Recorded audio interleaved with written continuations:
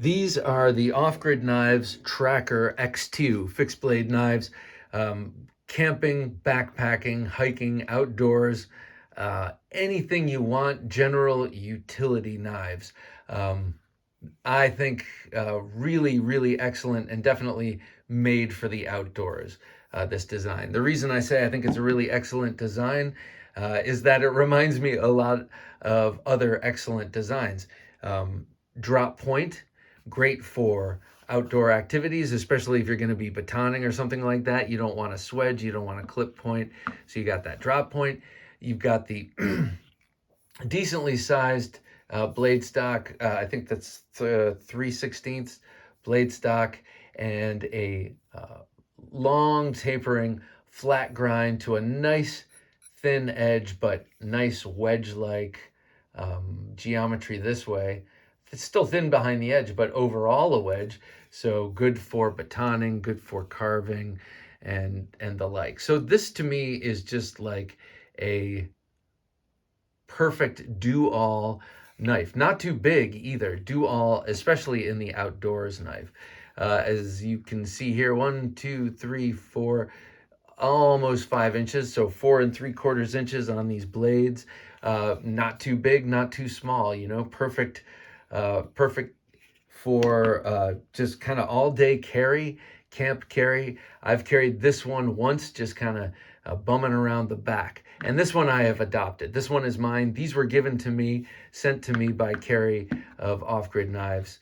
I am going to be giving this one away on Thursday Night Knives sometime soon. So stay tuned. It is January 2023. So keep that in mind, of course.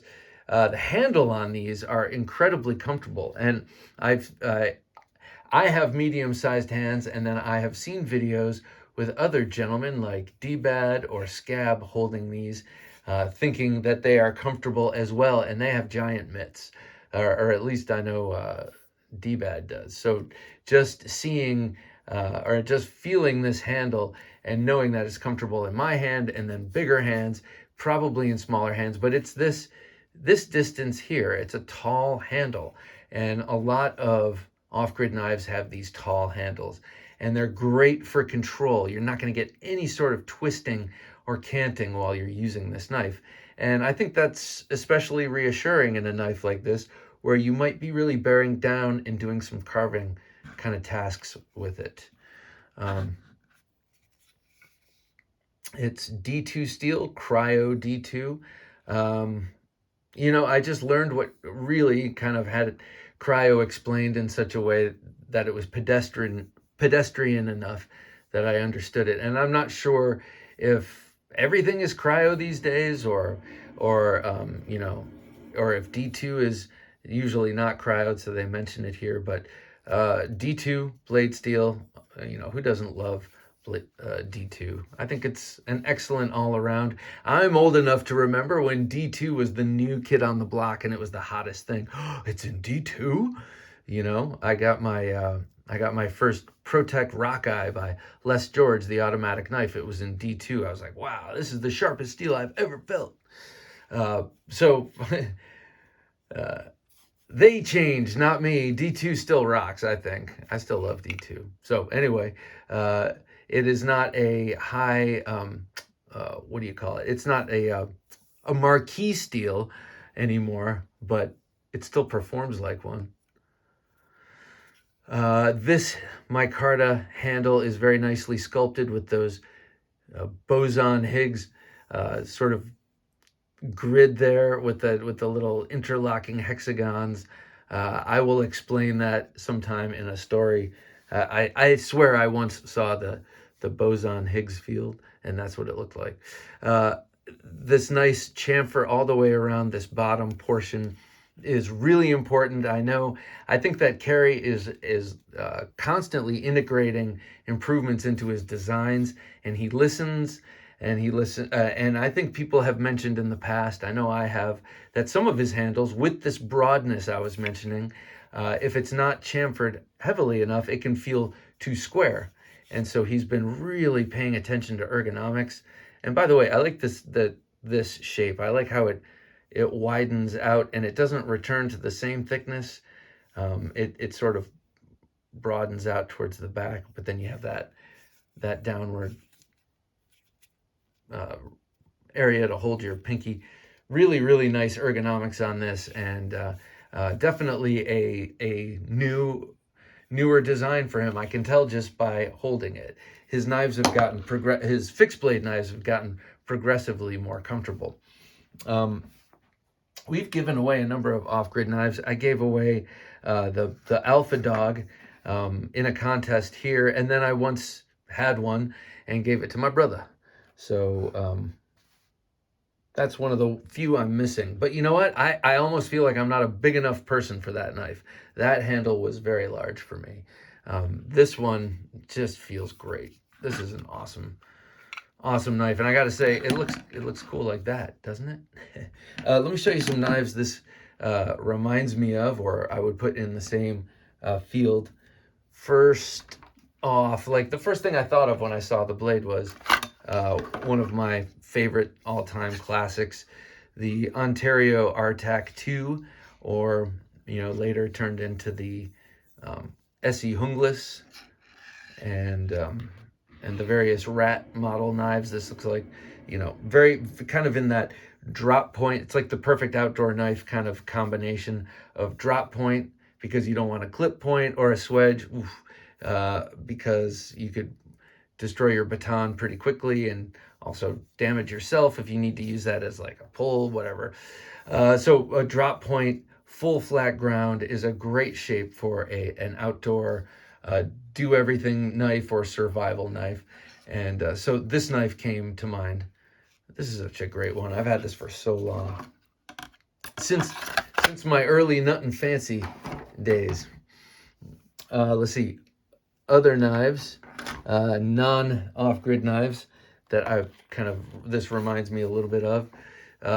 This one, a weird ugly duckling that I haven't pulled out often, but I say ugly duckling, but it's an awesome knife. I mean, it's got this is the Temperance 2, I think. It's got a great micarta handle, got that contouring. I mean, it just melts in the hand. This knife feels so good in hand. But again, you got that drop point, and here you have the signature sort of Spyderco leaf-shaped blade, but it's a drop point, fully flat ground. This is ground intended for camp and outdoor kind of adventuring and such. Great leather pouch sheath. But, kind of in that same ballpark with the contoured handle, similar shaped handle, same but different. This is a great knife. VG10, odd blade choice maybe for this style knife, but this is probably 10 years old at this point. Another great outdoors knife that fits in this category here is the Hogue Ritter RSK Mark III. And so again, drop point. This is not fully flat ground, but kind of due to the real thing gets here, at least in the front part. So kind of similar, and in the same size range. This is a nice knife, man. This feels so good in hand too, and has a nylon sheath that isn't not only not shameful, but is actually actively awesome. Yeah, you'll rarely hear me say that about a nylon sheath. This one is how all nylon sheaths should be. All right, let me show these off with a couple of the off-grid fixed blades here. I'll leave the one that I'm keeping for myself in the picture. No, I'll take this one out because this is easier to see, I feel. All right, so this is the Razorback. This is a cool one. This is the off-grid Scandi ground outdoor knife. This one saw a little bit of action in my woods here. And 14C28N, I thought initially that's an odd choice. And then I realized, oh, well, most Scandi ground classics, like the Moras, the earlier Moras, and some of the other knives have used that Swedish Sandvik stainless. So that's, I think, what he was doing here. This is a limited edition with the blue and gray and black contoured micarta. And I like how this one has the little divot there. So if you're if you're doing the chest pull cuts or whatever the thing is, whatever the pinch grip this or that you're doing with the doodads and the old, you know, bush crafting. I like the notch. I'm sorry, I didn't mean to like stumble so radically, but you know, I think there are a lot of really cool skills that I don't have that this knife would accommodate wonderfully with this really nice, super like sticky sharp. Though I did resharpen this because I put a tiny little divot in there somewhere, swinging at a tree, at a sapling, and I hit something hard. I don't know what it is, but it kind of notched it over. Here it is with probably my favorite off-grid knife, the Backcountry. And this one is the most recent. This is the V2, and I think it's the V2.0 or 2.5 or whatever, 2.1, because this is the second time they've made this handle more comfortable. Again, you got the hexagons interlocking, you got the boson Higgs field there, Higgs, but except it's now going in like a golf ball, and it just, ooh, feels so good in hand. And that blade is just gorgeous. Gorgeous. Reminds me a little bit of a Brend knife. Oh, I love that. This would be so cool, double-edged. So cool. And there it is. All right. Oh, one last one. Actually, this is truly my favorite of the off-grid fixed blades, because not only do I love it the most, I think, but I use it the most, and that's the Grizzly. This one goes whenever we go on a trip. This comes with, because wherever we go, we either need a kitchen knife, or the kitchen knives are so bad we need a kitchen knife.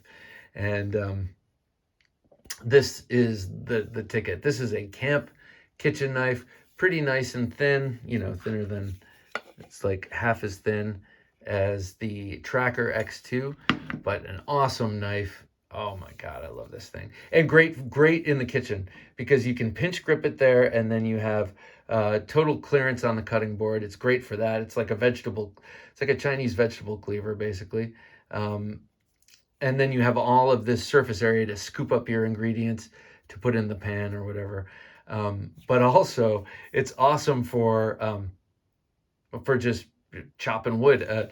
My brother-in-law and I goofed around when we were on vacation up in the mountains, and I did a couple of slow motion videos of me chopping things, and with this awesome knife. This is AUS 8A, and man alive, well, I don't know if it's A, it's AUS 8, and it's really sharp, and I have had to strop it. I strop it every time I use it, basically, and it works like a charm. Beautiful, beautiful knife. Love it. But if you want to go out and you want to do some heavier duty survival chores and such, this will be the deal. Actually, this would be an excellent knife for survival, because it's small but stout. You could do a lot with this, and like this could go the mile with you. But it's also small, and it's relatively light, and it's got an awesome sheath, which I've neglected to show off, but a really great sheath. They've done improvements, not just in their knives and handles, but with their sheaths as well. This one, just, they lock right in, and they were doing a lot of the pancake sheaths, and now they're doing more of the fold-over taco sheaths, which is how I prefer it personally. And here, something we see that I really like. Excuse me while I get a different example here.